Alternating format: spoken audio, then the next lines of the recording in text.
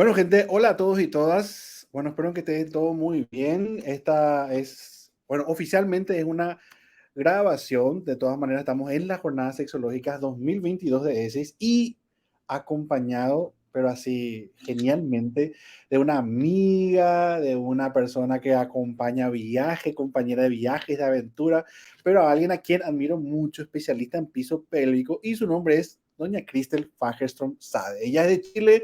Y de hecho, como le dije hace rato, antes de empezar la filmación, le dije, vos te vas a presentar sola porque su currículum es bastante interesante. Así que, Cristel, bienvenida a la jornada.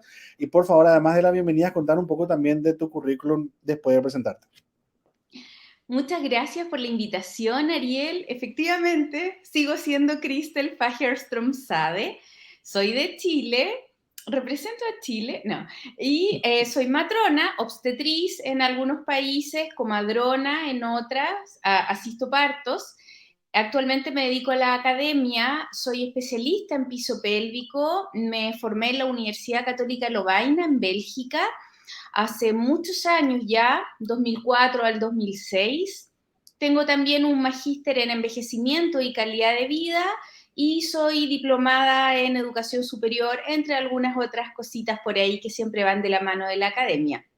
Y además, Excelente. lo que quiero compartir con mucho orgullo, tengo un capítulo de un libro de disfunciones de piso pélvico, también de la mano de la obstetricia y la matronería. Genial. Bueno, ahí escucharon un poco, justamente cuando hablamos del tema de piso pélvico, creo que muchas personas, y yo le decía a doña Cristel, hay gente que dice especialista en una área, pero también, Cristel, o sea, estudiaste en una universidad extranjera el tema de piso pélvico, ¿verdad? ¿En qué universidad era? Sí, efectivamente, la Universidad Católica de Lovaina, que es Bueno, la sede de Bruselas, en Bélgica, perfecto. porque, claro, debe ser muy similar a lo que pasa con la sexología, que se dan algunos cursos cortos de conocimientos introductorios. Corto pueden ser 2 días, 2 semanas o 2 meses, y eso finalmente no te habilita como especialista. Sí, evidentemente te da un conocimiento un poquito más que la media, pero solo para tener más herramientas para tratar a nuestros pacientes. No, un especialista es especialista, son 2, 3 años con prácticas clínicas, con investigación, con academia. Exacto. Eso es lo Bueno, que se diferencia. justamente, y es una gran diferencia, porque también a veces cuando acá en Paraguay se menciona, bueno, vamos a hacer un curso de esto, vamos a hacer un curso de aquello, yo en Paraguay no conozco, creo que dentro del mundo de la sexología sí, bueno, tengo contactos, vamos a decirle, pero conozco gente que trabaja temas de piso pélvico, ya sea una fisioterapeuta o una ginecóloga, pero no te dicen soy especialista, tipo hago cosas, ¿verdad? Pero no, o por lo menos no se identifican así. Ahora, igual te hacía esa pregunta justamente porque cuando poníamos el tema del programa, yo le comentaba a Cristel y todos que están escuchando que cuando hacíamos la planificación, mucha gente ya nos había pedido el año pasado trabajar temas de piso pélvico y nosotros así pusimos el programa y en vez de avisarle a Cristel, no sé, con 6 o 7 meses de anticipación, nos tardamos un poquitito. Yo le decía a Cristel, menos mal que somos amigos, que nos conocemos, pero le hacía ese comentario porque, o sea, hay mucho interés en ese tema. eh, y, y justamente para empezar haciendo el link, Cristel, o sea, cuando hablamos de piso pélvico y salud sexual, o sea, el indirecto del piso pélvico para la salud sexual, danos ahí los puntos centrales. Bueno, desde lo básico, partamos con anatomía. El Ujú. piso pélvico son todas las estructuras que están en la parte inferior de la cavidad abdominopélvica. Todos los músculos, los ligamentos, los huesos, el útero, la vejiga, el recto, el ano y su funcionamiento. Eso es el piso pélvico, es como la estructura inferior de la pelvis. Eso, hasta la piel, todo influye, los nervios, y eso es desde la anatomía. Pero evidentemente tiene que haber una sinergia, una cohesión en la posición de cada órgano y también en el funcionamiento adecuado. Por ejemplo, Ujú. una disfunción de piso pélvico muy habitual que pasa mucho en las mujeres, sobre todo por los partos, y en un número importante de hombres, sobre todo después de una prostatectomía, es la incontinencia urinaria, ¿ya? Y como hay un mal funcionamiento en torno a la relajación de las estructuras, por eso se escapa la orina, el paciente trata de compensar inconscientemente con contracción.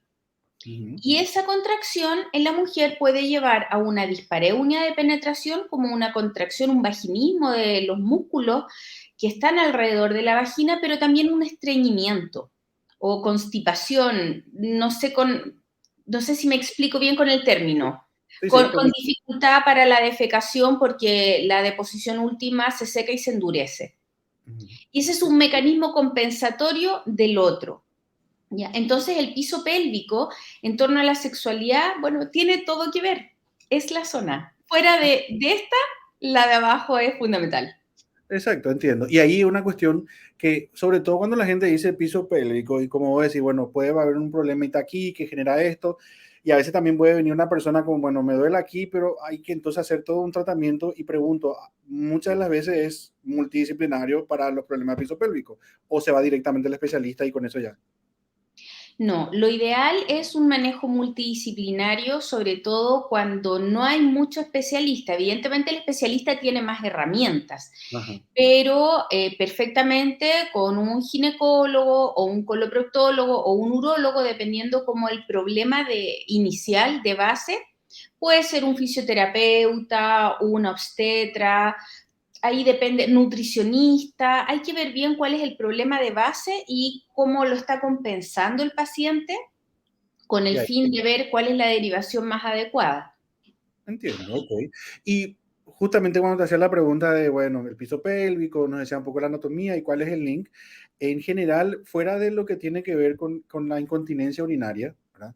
Muchas personas cuando hablan también y bueno, les cuento a todos ustedes, hace poco hubo una actividad muy promocionada en redes que tenía que ver con una persona que se decía especialista en piso pélvico y yo le decía a doña Cristel, me llamó la atención que sobre lo que hablaba era justamente ese contraer y descontraer el canal vaginal y que eso era así el tema, ¿verdad? Y entiendo que es mucho más que eso, pero asumo que también la educación de esa zona, o sea, que una persona pueda educar esos músculos, entrenarlos, eso también tiene un beneficio para prevenir justamente estas disfunciones que se pueden presentar a nivel del piso pélvico. Absolutamente, estás en lo correcto. Solo el hecho de contraer y relajar la zona de la vagina, técnicamente se llama el músculo puborectal, que es un músculo que tiene forma de C, Ujú. que se inserta en la parte anterior, en la sínfisis púbica, en el hueso de adelante, la parte de la cadera, donde está el vello púbico, ¿cierto? Pero por atrás, y da toda la vuelta hasta atrás del recto. Entonces, cuando se contrae, como que se aprieta hacia adelante. Es Ujú. el músculo que utilizamos para retener gases. Cuando estamos en una situación que no podemos liberar gases, yo creo que Es- todos pueden hacer sentido cuál es el músculo que uno aprieta. ¿Ya? Ese es un músculo de contracción voluntaria que se puede entrenar con el apriete, suelte, que es el conocido ejercicio de Kegel. Sin embargo, tiene contraindicaciones. Hay pacientes que no debieran realizar ese ejercicio, sobre todo aquellas personas que tienen vaginismo, porque es un músculo y al ejercitarlo tanto lo puedes hipertrofiar, como cualquier músculo, como un bíceps, un cuádriceps. Entonces, antes de comenzar con cualquier terapia o ejercitación o análisis, primero siempre tiene que haber una evaluación transvaginal, un tacto. En el caso de la mujer, en el caso del varón, un tacto rectal. Esto con el fin de evaluar la indemnidad de la musculatura y el estado. Y hay una escala que se usa para eso, que lo pueden googlear, se llama escala de Oxford, como la universidad, sin H, o X, ¿cierto? Oxford. Y eso nos habla como de la fuerza y la resistencia que tiene el músculo. Si el músculo realmente es hipotónico, ahí se trabaja el ejercicio. Si no, no. Si no, podemos producir más complicaciones. Entonces, siempre es importante primero una evaluación. Lo mismo debe pasar en torno a la psicología. Primero hacemos una evaluación, porque también hay que ver que hay múltiples síndromes, por ejemplo, síndromes dolorosos crónicos, que son de larga data y que muchas veces se pueden resolver con terapia psicológica. Sí, sí, sí. No tiene También, algo que ver con algo anatómico. y por ejemplo, justamente, bueno, eso entiendo que es tipo la secuencia lógica de cómo proceder y luego hacer la intervención, pero cuando te preguntaba el tema de la educación como prevención, asumo que lo básico también, bueno, obviamente anatomía, ¿verdad? Y luego el funcionamiento, pero cuando te toca a vos dar, entiendo que, porque doña Cristel siempre te veo en cursos, asumo que para usted trae gente interesada en piso pélvico, o sea, médicos, etcétera, pero, por ejemplo, en personas no universitarias, que a veces también dentro de las jornadas hay personas que o están empezando la vida universitaria, no tienen tanta formación en anatomía, fisiología, etcétera, pero si decimos, bueno, un piso pélvico y con la mirada de hacer una prevención de futuras complicaciones, los temas primordiales de educación, ¿cuáles serían cuando decimos prevención de problemas en piso pélvico? Ya. Ahora entiendo bien la pregunta. ¿Qué pasa? No me enredé. A ver, principalmente nosotros tenemos que abordar en la educación los hábitos. Entonces, hábitos culturales en torno a la eliminación. Por ejemplo, cosas que son súper importantes. No debiesen pasar más de 4 o 5 horas sin que una persona vaya a orinar. Ah, sorpresa, porque hay mucha gente que orina en la mañana y luego ya de retorno en su casa, o 2 o 3 veces durante el día. Y eso es muy poco, porque finalmente eso lo que hace es distender mucho la musculatura vesical del músculo detrusor, así se llama, y eso va trayendo problemas a largo plazo. Okay. O sea, orinar, es decir, orinar cada cierta frecuencia sin pujo y sin apuro. Y acá dato para los varones, porque desde que son muy jovencitos empiezan como a jugar con la fuerza del chorro y todo eso, y eso es un mal hábito, el pujo en la micción. Lo otro también, en torno a la musculatura, contraer y soltar como para tener una mejor propiocepción, es decir, que tengas conciencia de qué músculos estás trabajando. Y este asunto de contraer y soltar voluntariamente ayuda mucho porque trabajar el músculo puborectal mejora evidentemente la irrigación, la inervación, el tono muscular y también en algunos papers los van a encontrar por ahí como de muscle lovers, el músculo del amor, ¿ya? Por su función fundamental en la plataforma orgásmica, Entiendo. ¿ya? Y en torno al trabajo también en base a evitar el estreñimiento por un lado y la diarrea por el otro. Eso es como lo básico, básico, y a eso le sumamos una buena postura, que la buena postura es espalda erguida y el abdomen, la guatita hacia adentro. Ok. Eso es básico como para comenzar a prevenir A disfunción. prevenir. Entonces sería justamente esa educación cultural, y pregunto, si por ahí voy a repetir otra vez, entonces, hay aquellas personas que por ahí dicen, no, no me interesa la anatomía o la difusión y quiero saber algo básico, pero para prevenir es, bueno, orinar cada 4 horas sería, 4, 5, sí. 4 a 5 horas, no hacer fuerza, sin hacer fuerza, sin ahí jugar ahí con el tema del orín, si le acierto a la Ajá. moza o a otra cosa, ¿verdad? Y lo otro que hablabas de la postura, o sea, una buena postura en términos del momento de sentarse, sobre todo, ¿verdad? Ok, De eso sentarse bien y de sería. estar de pie. Ah, dame detalles de eso de estar de pie, ¿cómo? Cuando uno está de pie y tiene una buena postura, la fuerza, el eje de tu cuerpo, se dirige hacia los músculos posteriores, que son más fuertes, como de la zona glútea, Ujú, ¿ya? ujú. En cambio, si uno tiene un... Me voy a parar. Sí, sí, le digo. Si uno tiene, uno debiera tener esa postura erguida, pero hay gente que se para así, como embarazada. Ok, Y en esta postura, tu fuerza se dirige hacia el triángulo anterior del piso pélvico, que es mucho más débil. Entonces, la idea es estar derecho, con una buena postura, erguido, con la espalda recta y con el abdomen firme. Es ok, una buena medida de prevención. perfecto. Entonces, y este cuarto punto me estoy usando mi memoria nomás, dijiste que también cuidar la alimentación por el tema de los estreñimientos y el tema de las diarreas. Exactamente. Por más de que yo pueda inferir cuál va a ser el problema ahí con el piso pélvico, directamente cuando hay una diarrea, el problema sería también que va a afectar la musculatura o cuál sería el inconveniente ahí con la diarrea o Uh, con el estreñimiento. sí, las lesiones más bien dermatológicas, eso. Es mucho más perjudicial el estreñimiento. Ah, ok. Por el hecho de estar pujando, pujando, pujando, hace finalmente que todas las estructuras que están sobre la musculatura, es decir, la vejiga, la próstata, el útero en el caso de las mujeres y el recto, tiendan a descender y producir algo que técnicamente se llama prolapso o caída de estas estructuras. Esa estructura. Entiendo. Igual asumo y pregunto, ya que mencionaron el prolapso y alguien también en algún momento nos había dicho, bueno, el prolapso, bueno, eso tiene tratamiento, entiendo yo, y a veces es un tratamiento inclusive quirúrgico. Sí, dependiendo del grado de prolapso, evidentemente los prolapsos más leves se pueden trabajar con ejercicios. Hay algunos aparatos correctores de prolapso que se llaman pesarios, que son unos dispositivos de silicona que se ponen como un soporte muy parecido a la copita menstrual, pero tienen otra forma y otra función, tienen otra forma de adherirse a las paredes vaginales. Hablo de vagina porque el prolapso de útero es lo más frecuente.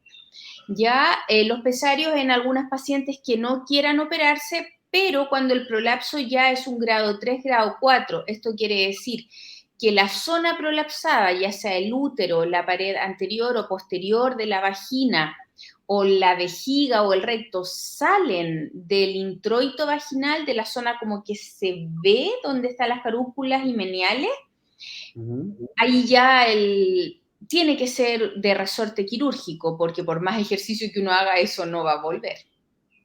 Entiendo, entiendo. Y de todas maneras, igual como, o sea, dentro de lo que es piso pélvico, bueno, yo mencionaba un poco la anatomía, fisiología como conceptos básicos y después vos me decías, no, hay algo más básico que es justamente este tema cultural de cómo utilizar, de cómo comportarse. Supongo que eso también es un poco de, nosotros decimos psicohigiene cuando es hacer o decir cosas que pueden ser preventivas, ¿verdad? Pero acá sería también una profilaxis en Ajá, términos de piso pélvico, ¿verdad? sí. Ya cuando hay un problema, y vos me decías que lo más común suele ser justamente la incontinencia urinaria, hay un top 3 justamente de problemas más comunes. O sea, el primero sería con incontinencia urinaria y Sí, hay un 2 y 3. ¿Cuáles serían? sí. El segundo es el prolapso de órganos pélvicos en las mujeres, porque, o sea, tienen distintos rankings. En la mujer, por mucha incontinencia urinaria, que va en directa relación con la edad. A mayor edad, mayor riesgo de incontinencia, porque los factores de riesgo que producen la incontinencia van de la mano de la edad. Por ejemplo, la paridad, a mayor cantidad de hijos, mayor riesgo de incontinencia, a mayor edad también tenemos los efectos propios del envejecimiento porque cesa el efecto protector de los estrógenos. Entonces, lo más habitual es la incontinencia urinaria, seguida del prolapso de órganos pélvicos y seguida del estreñimiento. Eso en mujeres. En mujeres. Ya en hombres la patología de piso pélvico es menos frecuente y se hace más evidente en la senectud. Ah, ya, en la senectud. Ok. Pero de Ujú. todas maneras, igual nosotros los hombres también deberíamos cuidar la musculatura, el piso pélvico y hacer todos estos cuidados que decía de... O sea, por más de que por ahí no hay una patología a más temprana edad, igual es importante para el disfrute, vamos a decirle inclusive de la propia vida sexual. Por supuesto que sí, porque finalmente te hace más consciente de tus estructuras, de tus músculos, que puedes mover, que puedes no mover, qué cosas también te van dando más placer, qué cosas puedes evitar y qué cosas puedes favorecer. Claro, en el hombre de las patologías de piso pélvico, las colorectales tienen un punto importante ahí. También hay incontinencia urinaria, como decía anteriormente, sobre todo después de la prostatectomía, y los prolapsos rectal en este caso, que vendría siendo lo que afecta a los hombres, también, pero no es tan habitual y tiene un poco más que ver con los hábitos de las personas. Con los Y a hábitos. veces hay patologías de base, como alteraciones del colágeno, y que eso también favorece este tipo de disfunciones. Ahora, lo que es transversal para favorecer las disfunciones de piso pélvico es la obesidad, porque la Perfecto. obesidad tiene una carga, un peso, es una cosa física que la grasa que se deposita en los órganos que están intraabdominalmente tienen un peso que va cargando sobre el piso pelviano y eso va favoreciendo los prolapsos también. Así es que la obesidad es un tema importante. Así que, Ariel, cuidadito con subir de peso. Exacto, sí, no, pero también hace poco en otro evento el tema de obesidad y sexualidad, y lo que veíamos era que justamente más allá del tema de mi cuerpo, la imagen y todo lo demás, pero lo cierto y lo concreto que a mayor quilaje, vamos a decirle, y sobre todo cuando ya es una situación de obesidad o obesidad mórbida, hay más posibilidades de muchísimos problemas, o sea, las comorbilidades se multiplican y bueno, eso va a terminar afectando la calidad de vida. Pero entonces, todo este tema que hablamos del piso pélvico y me encantó esa parte que decías, mira, hay cosas culturales que podemos hacer y lo que nos mencionabas de recomendaciones. Estas patologías que mencionaste, que son más comunes en mujeres, incontinencia, prolapso uterino y problema de estreñimiento, ¿verdad? En términos, porque obviamente asumo que todos tienen, bueno, un tratamiento y todo lo demás, pero en términos de dificultad, yo sé que una cosa de cuál se repite más, ¿verdad? Pero ¿hay alguno de esos que vos digas, este es muy complicado de tratar o tiene más dificultad para el tratamiento? Sí, la incontinencia fecal, sin lugar a dudas, tiene una afectación en la calidad de vida que se sale de todas las escalas de normalidad, tanto en lo físico como en lo psicológico. Y lamentablemente la incontinencia fecal es una patología de piso pélvico que puede aparecer posparto por un mal diagnóstico de una ruptura de esfínter secundario a un parto, que no se diagnostica a tiempo y si se diagnostica después, las tasas de mejoría en una reparación que es posterior a 24 horas, la verdad es que no llega ni siquiera al 30%. Entonces, la incontinencia fecal es una de las que más afecta la calidad de vida y lleva a las personas a una depresión, estrés, a todo. Entiendo. Y en líneas generales, porque asumo que más allá de la docencia que trabajás, y entiendo que en mucha de tu historia profesional, también el tema de, bueno, asistir partos y todo lo demás. Hay cosas, y ahora directamente en mujeres embarazadas pregunto, porque también el piso pélvico asumo que es importante, ¿verdad? Justamente en esa etapa del ciclo evolutivo, vamos a decirle.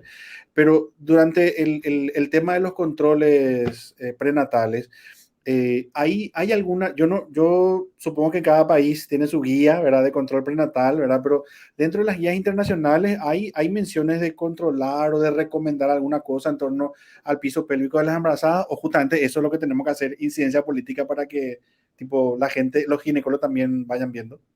¿Cómo es? Hay guías clínicas en países que tienen mucho más desarrollado este tema del piso pélvico, que en general son los países europeos de Occidente, más Canadá, más Australia.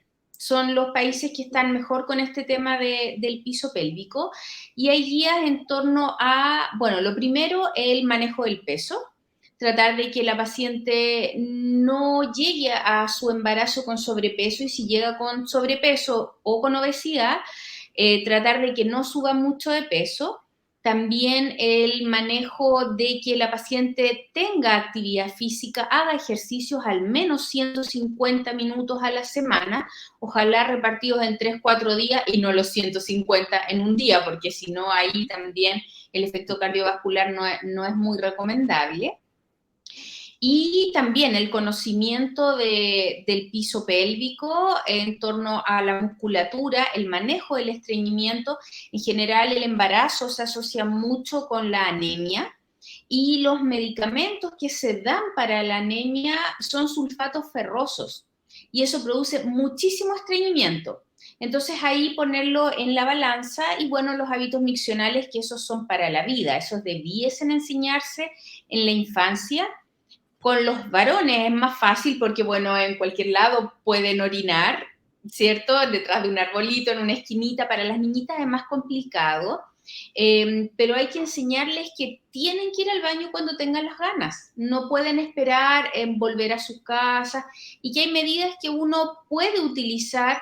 Por ejemplo, no, a ver, déjame pensar algo sencillo. Andar con papel higiénico y limpiar si es que el baño no está muy adecuado, tratar de tomarse su tiempo, pero esos son hábitos culturales. Entiendo, entiendo. Y dentro, bueno, esas son, bueno, vamos a decirle las recomendaciones que nos estás dando yo tengo información, ¿verdad? Por lo que te conozco, pero sé que no solamente en Chile vos das charlas, sino que en muchos países de Latinoamérica inclusive, ¿verdad? Y espero que en breve en Paraguay presencialmente también, pero mi pregunta va Bueno, dentro de... eso no depende tanto de mí, depende más de usted. No, pero ya está ahí el plan. Bueno, después, bajo, detrás de bambalina vamos ajustando. Pero a lo que voy es, dentro de tu historia de docencia, de disertación, y porque creo que desde hace unos años, una de las voces en la región de piso pélvico es justamente tu nombre, ¿verdad? Porque sé también que dentro de las contribuciones que hace están varios manuales en varios congresos, ¿verdad? Entonces, en tu historia de hablar sobre piso pélvico, entiendo que si tanto estás hablando en Chile, porque bueno, hace falta y tipo le estás remando ahí, pero en Latinoamérica, desde México para abajo, asumo que uno podría decir donde hay menos universidades, quizá haga más falta, pero ¿en qué países vos dirías que el tema de piso pélvico ya hay algunos adelantos o está bien trabajado? Países que no sean Chile, según tu perspectiva. Brasil tiene bastante avance de la mano de los fisioterapeutas. Lamentablemente ahí no hay matrones. Bueno, Brasil está separado por estados. Entiendo que en un par de estados nomás hay matrones u obstetras. Y eso es una limitante porque finalmente la obstetra es quien realiza tacto vaginal en todas las pacientes. Entonces, rápidamente nos podemos dar cuenta si hay una disfunción de piso pélvico, porque en general la obstetra lo que hace es tomar citología, Papa Nicolau, ¿cierto? Hacemos los tactos para verificación de embarazo, para ver si hay algún tipo de infecciones, utilizamos la especuloscopía.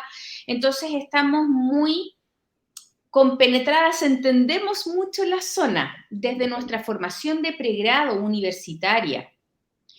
Entonces, en Brasil, de la mano de los fisioterapeutas que son especialistas en piso pélvico, ven eso, pero claro, no tienen la formación primaria de todo lo que es intracavitario.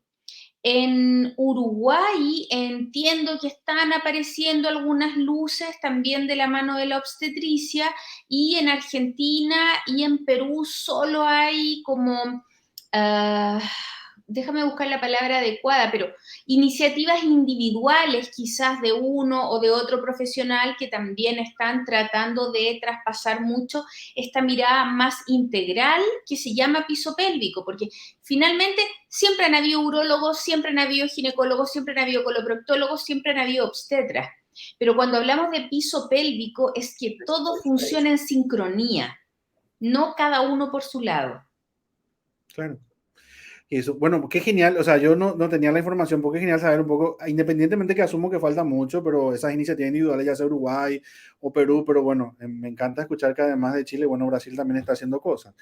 Ahora, demasiado te tengo que preguntar, Cristian, porque mucho de lo que la gente nos preguntó para esta presentación era justamente dentro, o sea, la gente nos decía piso pélvico, pero el Kegel, el ejercicio de Kegel, eso es lo que querían saber, ¿verdad? Entonces, yo sí, ya, contanos un poco, ¿verdad? Pero se, se, se parece ser que se promociona una forma de ejercicio de Kegel, vos me dirás que no, tipo, no es tan recomendable, ¿verdad? Y así que te dejo el micrófono. Contanos el ejercicio de Kegel y qué es lo que se tiene que hacer y qué no. Me encanta esa pregunta. Ya, el ejercicio de Kegel es un ejercicio que lo identificó Arnold Kegel por ahí por los años 40 y él habló de esto de contraer y relajar el músculo puborectal, que es el que va a abrazar la vagina. Sin embargo, con los años, esto se fue mal interpretando y muy mal interpretando, quiero hacer énfasis en eso, en que el ejercicio de Kegel podrías saber que lo estás haciendo bien si vas cortando el chorro de orina. ¿Por qué mala interpretación? Porque el chorro de orina, desde la anatomía, se corta con un músculo que se llama esfínter externo de la uretra, que también es de movimiento voluntario, pero no es el pubo rectal, ¿ya? Es otro músculo. Es como si yo quisiera trabajar los abdominales y comenzara a hacer bíceps. Es así de ilógico, ¿ya? Y no es solo que sea ilógico trabajar otro músculo pensando que estás trabajando un músculo específico, sino que el cortar chorro de orina tiene grandes complicaciones para la persona que lo hace. Primero, al cortar el chorro de orina va quedando orina residual en la vejiga, por lo tanto se aumenta el riesgo de infecciones urinarias. Eso es lo primero. Y ahí es donde se dio la voz de alerta cuando la gente cortaba el chorro de orina, que empezaban a aparecer muchas infecciones del tracto urinario. Lo segundo, se altera el mecanismo neurosensorial del control de la micción. Tenemos que partir desde lo más básico, pensar y aterrizar que el control de la micción es muy difícil porque tiene muchos sistemas nerviosos involucrados, simpático, parasimpático, autónomo. Es más difícil aprender a controlar la micción que aprender a caminar, que aprender a hablar. Piensen, un niño debiera controlar su micción a los 5 años. Si lo controla antes, perfecto. Generalmente eso está mediado por el ingreso precoz de la escolaridad, pero que regule hasta los 5 años estamos dentro de parámetros normales. Entonces, es un mecanismo muy complejo porque funciona así. Supongamos que esta mano es el músculo detrusor, el que junta la orina, y esta mano es el esfínter. Para que yo junte orina en mi cuerpo, este músculo se va llenando como un globo, pero esto tiene que estar cerrado. Cuando yo quiero orinar, este músculo se tiene que abrir para que salga la orina y este se tiene que contraer, como un globo. Entonces, este mecanismo es complejo. Uno abre, el otro cierra y por eso se demora casi 5 años en aprender. Si yo tengo el detrusor inflado, lo tengo con orina, el esfínter lo tengo que tener cerrado. Si lo abro, se escapa la orina. Y ahí tengo que contraer el... Pero eso uno lo hace de forma inconsciente. Uno se sienta al baño. Bueno, las mujeres nos sentamos, los hombres, bueno, algunos también, sí, cierto, ¿ya? Pero uno conscientemente relaja el esfínter y el detrusor se comienza a contraer para eliminar la orina. Cuando la gente trata de ejercitar el piso pélvico cortando el chorro de orina, lo que hace es que abre y cierra esto y esto mientras se está cerrando. Entonces se comienza a producir esto. Y a largo plazo se ha visto una alta asociación de ejercicios de Kegel mal hechos con incontinencia urinaria y además con incontinencia fecal. Ese mecanismo aún no se ha dilucidado específicamente por qué se altera también la continencia defecatoria. Sin embargo, en pacientes que llevan muchos años haciendo mal el ejercicio de Kegel, comienzan con incontinencia fecal, más o menos un 10% de ellos. Entonces, el Kegel no se hace cortando el chorro de orina. Quiero ser súper enfática en eso. Primero, porque es otro músculo. Segundo, porque favorece las infecciones urinarias. Tercero, porque trae una alteración de la propiocepción, de la micción y de la defecación. ¿Cómo se hace el ejercicio de Kegel? Lo ideal es que te evalúe alguien que esté adaptado o habilitado a hacer tactos vaginales y la persona aprieta conscientemente y uno como operador siente que esa vagina o ese recto te aprieta bien los dedos, ¿ya? Con conciencia, o sea, ahora aprieto, ahora suelto, ahora aprieto, ahora suelto. Pero la persona puede evaluarse también en posición ginecológica, recostada sobre su espalda, con las piernas abiertas, con un espejo, mirando sus genitales y tratar de hacer este efecto de contraer y cerrar. Y en el espejo debiese ver que la vagina y el recto se cierran, ¿ya? Lo que nunca debiera pasar es que haya escape de orina, escape de gas o que la vagina se abra. ¿Por qué digo esto? Porque muchas personas creen que están contrayendo y en el fondo están pujando. están empujando hacia afuera. Por eso siempre es conveniente que los evalúe o un ginecólogo o un obstetra para que haya conciencia del contraer y relajar. Ok, qué genial. O sea, qué genial lo que nos contaste, Cristel. Y mira, yo tengo muchísimas más preguntas. De hecho, por una cuestión de tiempo, ¿verdad? Creo que se va a quedar muchas cosas todavía en el tintero, pero así que da gusto cuando uno se pone a hablar y escucha a la persona que sabe.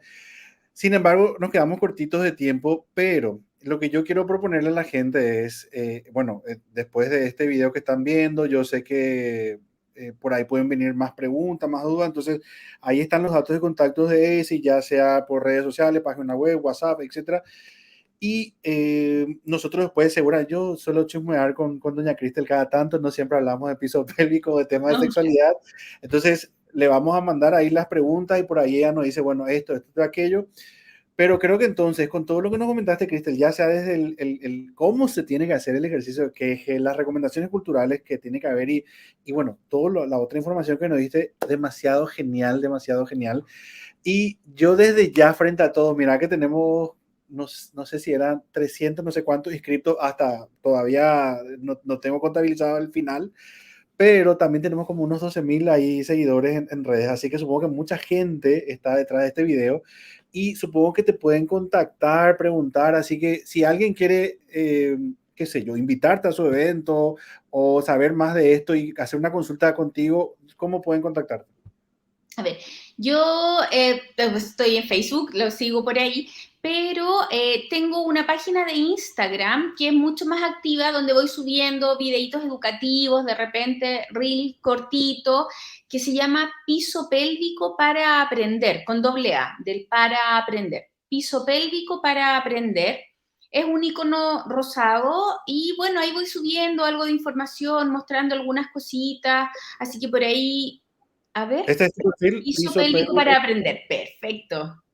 perfecto. Bueno, ¿Ya? entonces ahí la gente te puede, o sea, seguir, supongo que ahí hay información también sobre lo que estuvimos hablando y si quieren contactarte o invitarte de cualquier parte de la región, entonces pueden escribir ahí.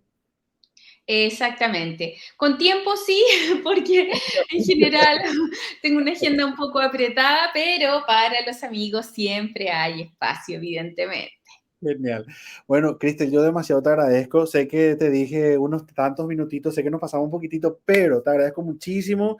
Y a la gente entonces que está viendo este video, recuerden entonces seguir ahí en Piso Pélvico para aprender. Y si tienen preguntas, dudas, comentarios, entonces vamos a ver si nosotros podemos responder y si no, las derivamos con Cristel. Y en algún momento en las redes sociales también lo vamos compartiendo, ¿sí? Cristel, no sé, unas últimas palabras, un último mensaje. Sí, últimos mensajes. Hay que iniciar la educación para un buen cuidado del piso pélvico en la primera infancia, si no se puede, en la adolescencia, es principalmente la conciencia del cuerpo y los hábitos. Entonces, el top 10, como los mensajes para llevarse: postura erguida, espalda derecha, micción cada 4 horas, sin pujo, sin apuro, manejo del estreñimiento, tener conciencia de la musculatura y disfrutarla. Perfecto. Cristian, muchísimas gracias. Entonces, por hoy, por una cuestión de tiempo, tenemos que llegar hasta acá, pero de nuevo, gracias y ojalá que de verdad después bajo bambalina vamos a organizar para que nos veamos presencialmente, ¿sí? Eh, un abrazo a todos y Cristian, ahora sí te corto como le digo a la gente, pero bueno, siempre pendiente de que nos volvamos a encontrar. Muchísimas gracias por la invitación. Chao, chao, chao, gente.